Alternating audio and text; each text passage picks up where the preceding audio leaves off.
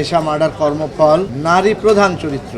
গল্পটা খুবই সুন্দর, একবার দেখতে বসলে আপনি উঠবেন না। অত্যন্ত ভালো অভিনয় করেছে সবাই।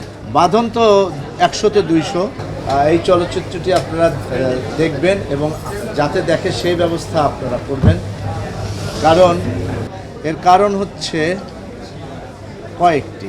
প্রধান কারণ হচ্ছে একটি চলচ্চিত্র যেটা এশা মার্ডার কর্মফল, যেখানে নারী প্রধান চরিত্র, বিশেষ করে বাঁধন যে চরিত্রটি করছে এটা নারী প্রধান চরিত্র।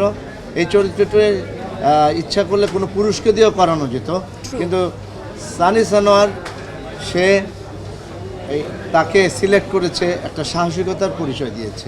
আমি এটা বলবো, গল্পটা খুবই সুন্দর এবং এটা আমি যতটুকু বিশ্বাস করি বা মনে করি বা আমার অভিজ্ঞতা থেকে যদি বলি, এই চলচ্চিত্রটি একবার দেখতে বসলে আপনি উঠবেন না, এটা আমি একদম সিউরিটি দিতে পারছি।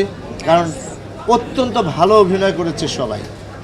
বাঁধন তো 100-তে 200, আর আমরা কেউ 100-তে 150, কেউ 100-তে 140 এরকম নাম্বার পেয়েছি।